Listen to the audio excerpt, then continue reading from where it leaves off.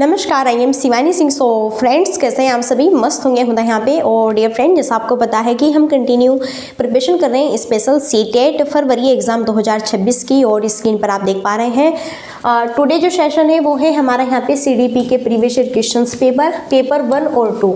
Paper 1 और 2 दोनों ही exams के लिए बेस्ट सेशन है। प्रैक्टिस सेशन यहाँ पे 45 है, इससे पहले 44 कंप्लीट हो चुके हैं। और यहीं पे बाई शिवानी सिंह यानी मेरे ही थ्रू कंटिन्यू सेशन आपको कराए जा रहे हैं। अब आपके लिए गुड न्यूज़ है कि अगर आपको बिल्कुल फ्री में पीडीएफ चाहिए तो आपको क्या करना है, ये नीचे हमारा व्हाट्सअप नंबर यहाँ पे दिया हुआ है 7505890761 पर आप मैसेज कर सकते हैं और ग्रुप में ऐड हो सकते हैं। ठीक है जी, चलो तो अब स्टार्ट करते हैं सेशन को। यहाँ पे आपका बिना टाइम वेस्ट किए ऑब्वियसली सारी चीज़ें कंफर्म होगी, आपको समझ भी आएगी और बहुत अच्छे अच्छे एग्जाम्पल से मैं आपको समझाने वाली हूँ। तो बिल्कुल भी यहाँ पे आप बोरिंग फील नहीं करेंगे। और छोटी सी क्लास होगी, 10-15 मिनट की ही ओनली।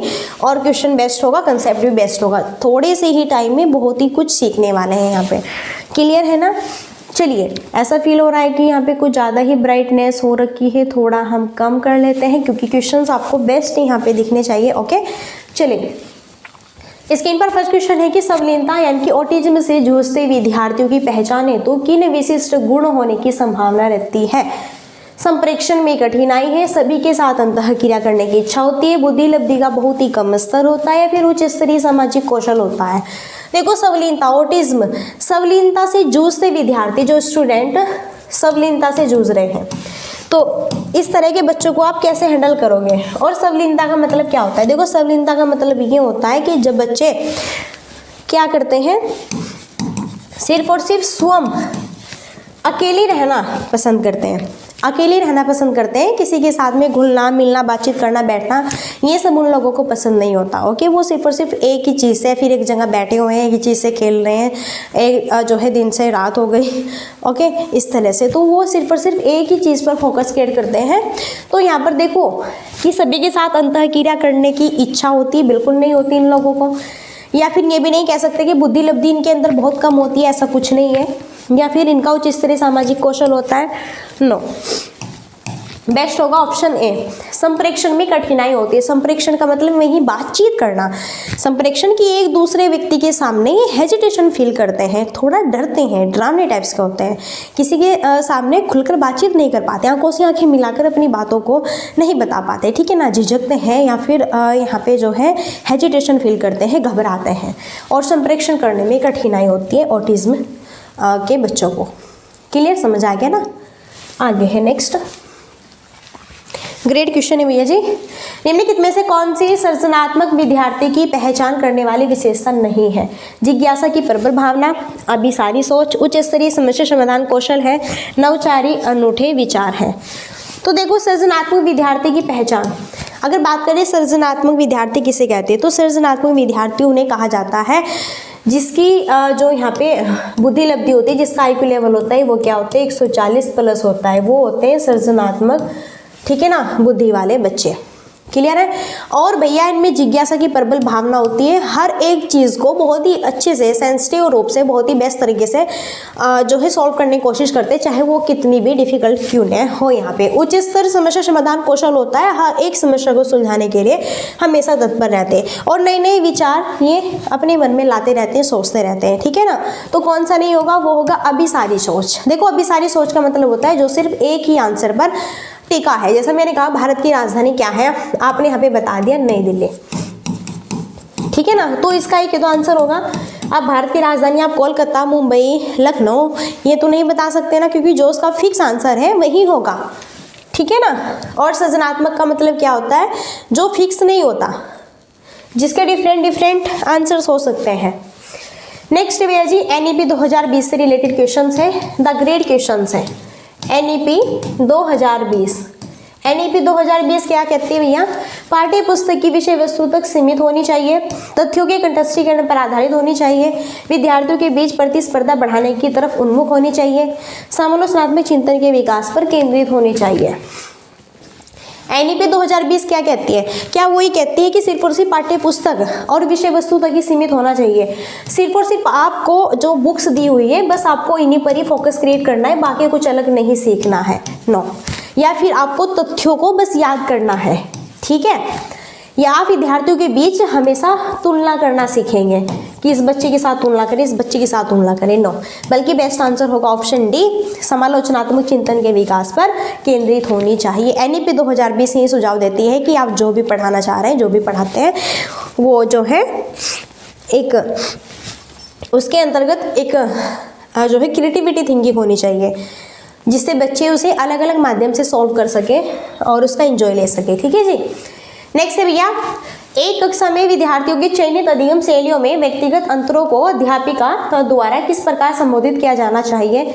अध्यापन अधिगम प्रक्रिया में बाधा के रूप में, नकारात्मक पुनर्बलन द्वारा मिटाए जाना चाहिए, संज्ञानात्मक असामान्यता के परिणाम के रूप में देखना चाहिए, या फिर उनकी मान्यता रखते हुए बाल केंद्रित शिक्षा शास्त्र को अपनाना चाहिए ताकि उनकी व्यक्तिगत जरूरतें पूरी हो सके। तो ग्रेट क्वेश्चन से आपके सामने, एंजॉय कीजिए, चिल कीजिए, अच्छे से मस्ती से यहाँ पे पढ़ते रहिए। एक क्लास है, यहाँ पे एक क्लास में स्टूडेंट्स के चयनित अधिगम शैलियों में व्यक्तिगत अंतरों को अध्यापिका द्वारा किस प्रकार संबोधित, यानी कि प्रत्येक बच्चे के अलग अलग डिफरेंस को आप किस प्रकार संबोधित करेंगे यहाँ पर, ठीक है ना। यानी कि आपकी क्लास में 30, 35, 40, 45 बहुत सारे बच्चे हैं, तो सभी बच्चे है ना, कोई बच्चे बहुत इंटेलिजेंट है, कुछ बच्चे थोड़ा कम है, कुछ बच्चे इतने बुद्धू है, कुछ भी पढ़ा लो अब भैया आपका दिमाग हिल जाएगा, लेकिन बच्चों का नहीं हिलेगा, कुछ ऐसे भी होते हैं, ठीक है ना। तो डिफरेंट तरह के होते हैं। तो क्या आप उन बच्चों को बाधा के रूप में देखेंगे, या फिर उन्हें नकारात्मक रूप से निपटेंगे उनके साथ में, या फिर उन्हें असामान्यता के रूप से आप सजेशन करेंगे? नहीं, बल्कि उनकी मान्यता रखते हुए उन्हें बच्चों को बाल केंद्रित शिक्षा शास्त्र को अपनाना चाहिए ताकि उनकी व्यक्तिगत ज़रूरतें पूरी हो सके। आप बच्चे को सेंटर में रखें, बच्चे को सेंटर में रखें, तब शिक्षा प्रोवाइड कराएंगे। और इसके इर्द गिर्द भैया जी टीचर्स बैठे हुए हैं, ठीक है ना। जैसे बच्चा कहेगा वैसे ही यहाँ पे शिक्षा पद्धति होगी। ये हमारी आज की शिक्षा का क्या है, एक प्रावधान है। ओके, नेक्स्ट है, एक प्रगतिशील कक्षा अध्यापकों को तथा शिक्षार्थियों को है ब्लैंक किस रूप में अपेक्षित करती है, बताओ। ज्ञान का प्रदाता, ज्ञान का निष्क्रिय ग्रहण करता, जानकारी का प्रभुत्वधारी स्रोत या फिर अधीनस्थ प्रतिभागी, सुशासित ज्ञान के सृजन में सक्रिय प्रतिभागी, या फिर तानाशाह आगे धीन यहाँ पे जीव। तो एक प्रगतिशील कक्षा में अध्यापकों को और टीचर्स को किस तरह से शिक्षा प्रोवाइड करानी चाहिए। क्या आप ज्ञान को निष्क्रिय ग्रहणकर्ता के रूप में दोगे, गलत तरीके से दोगे, या फिर एक अधीनस्थ प्रतिभागी स्रोत बना के दोगे, या फिर तानाशाही यहाँ पे पनिशमेंट के आधार पर, आज्ञाधीन जीव के आधार पर इस तरह से बच्चों को हैंडल करेंगे? नो। सो ग्रेट आंसर होगा ऑप्शन सी यहाँ पे,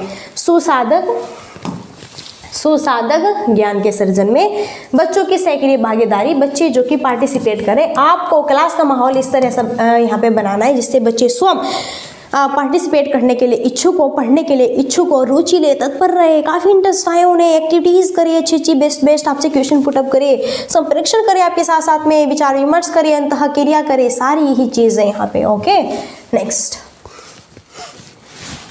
देखो भैया जी, रेयान ने कुछ दिन पहले ही जाना है कि अंग्रेजी के किसी शब्द के पीछे ईडी लगाने से उस शब्द का रूप वर्तमान से भूतकाल में बदल जाता है। देखो कहते हैं ना कि अगर हमने इस शब्द के पीछे ईडी लगा दिया तो अभी तो ये सेंटेंस वर्तमान में बना था, लेकिन अब ये भूतकाल में बदल गया। तो इस जानकारी को पाने के बाद रेयान हर शब्द का भूतकाल रूप दर्शाने के लिए उसके पीछे ईडी लगा देता है। ओके, तो बताओ ये बच्चे की सोच किस तरफ दर्शाती है? कमतर आंकने, अति नियमित, प्रतिबंधित, नो, ये यहाँ पे दर्शाती है क्या, यहाँ पे अवर रेगुलाइज, ठीक है, अति नियमित। देखो बच्चा कह रहा है कि अगर वर्तमान का सेंटेंस दिया हुआ है और उसे हमें भूतकाल में बदलना है तो बस ईडी लगा दीजिए। क्या लगा दीजिए? उसके पीछे ईडी लगा दीजिए, तो उसका रूप ही बदल जाएगा, वो वर्तमान से भूतकाल में चला जाएगा। इसका मतलब क्या है? ओवर रेगुलाइजेशन, ठीक है ना। बच्चे में क्या है भैया जी, यहाँ पर अति नियमित, इस चीज़ को बच्चा पहचान रहा है और बस उसने सोचा कि ईडी लगाने से ही भूतकाल में परिवर्तित होया जा सकता है, ठीक है ना। इस एक ही एग्जाम्पल्स को फॉलो करेगा वो यहाँ पर, इसी बेस पर टिका हुआ है। नेक्स्ट है, ब्रेन स्टॉर्मिंग विचार वेश को एक तकनीक के रूप में विकसित करने के लिए इस्तेमाल बच्चों में किया जा सकता है। अभिसारी सोच, प्रक्रियात्मक स्थिरता, अपसारी सोच, अनुक्रिया समुच्चय। ब्रेन स्टॉर्मिंग विचार वेश को एक तकनीक के रूप में विकसित करने के लिए इस्तेमाल बच्चों में किया जा सकता है। अभिसारी सोच का मतलब होता है कि आप सिर्फ और सिर्फ एक ही आंसर पर टिके हैं। स्थिरता का मतलब भी यही होता है एक ही आंसर पर टिका। अनुक्रिया समुच्चय, नो। बल्कि यहाँ पे होगा आप सारी सोच। अब सारी थिंकिंग का मतलब ये होता है जहाँ पर आप डिफरेंट तरीके से सोच सकते हैं, समझ सकते हैं। ओके, जैसे मैंने कहा कि बताइए यहाँ पर जो है, जैसे मैंने पूछा कि भैया जो है भारत के जो प्राइम मिनिस्टर हैं यहाँ पे जो है नरेंद्र मोदी जी, तो उनके बारे में कुछ जो है गुण हानि दोष बता दीजिए, लक्षण उनके कैसे हैं, वो कैसे नहीं है। तो आप खुल के ऐसे धमाकेदार तरीके से ना स्पीच देंगे बढ़िया कि वो ऐसे हैं, वो ऐसे हैं, वो यूँ हैं, भैया वैकेंसी नहीं दे रहे, कोई कहेगा ये नहीं कर रहे हैं, कोई कहेगा वो कर रहे हैं, वो कर रहे हैं बहुत अच्छे, कोई कहेगा खराब है। सबकी अलग अलग यहाँ पे, ठीक है ना, अपनी अपनी जो है थिंकिंग आएगी। ओके, सो यहाँ पे ये क्या कहता है कि आप सारी सोच।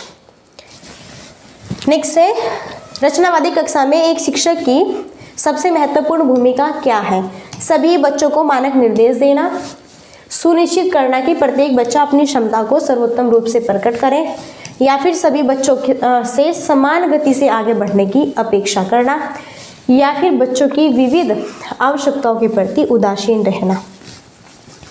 तो क्लास में एक रचनावादी क्लास है, इसमें एक टीचर्स की सबसे इंपॉर्टेंट भूमिका क्या होनी चाहिए? क्या सभी बच्चों को मानक निर्देश दें? मानक निर्देश बस मुझे, भैया मैं बैठा हूँ आपको यहाँ पे चेयर्स पे, क्योंकि मैं टीचर्स हूँ, गवर्नमेंट टीचर्स हूँ, आप बच्चों कुछ नहीं हो मेरे सामने, ठीक है, और मैं निर्देश दे रहा हूँ, ये करो, वो करो, ऐसे करो, वो करो, ऐसा नहीं होना है।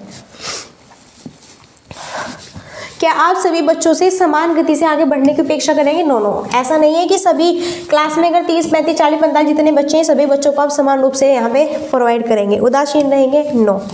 बेस्ट होगा ऑप्शन बी, सुनिश्चित करना कि प्रत्येक बच्चा अपनी क्षमता को सर्वोत्तम रूप से प्रकट करे। आपको इस तरह से सभी बच्चों को हैंडल करना है कि वो अपने अपनी कैपेसिटी के अकॉर्डिंग, अपने अपने अनुसार अपनी अपनी चीज़ों को हैंडल करें, ठीक है ना, अपने अपने अनुसार यहाँ पर पढ़ाई करें।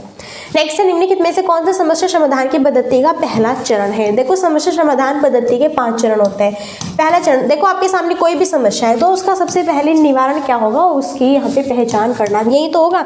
अब ऐसे थोड़ा ही ना कि आपके पास में समस्या है और आप उस समस्या का विश्लेषण करने लगे, मूल्यांकन करने लगे, है ना, जो है पुष्टि करने लगे, नहीं ना, पहले तो उसकी पहचान ही करेंगे बेटा जी कि क्या है यहाँ पर और किस चीज़ से रिलेटेड यहाँ पे समस्या उत्पन्न हो रही है, क्या नहीं है। ओके, तो सबसे पहले तो यही होगा ना यहाँ पे फर्स्ट, और ये क्वेश्चंस बहुत आता है एग्जाम में।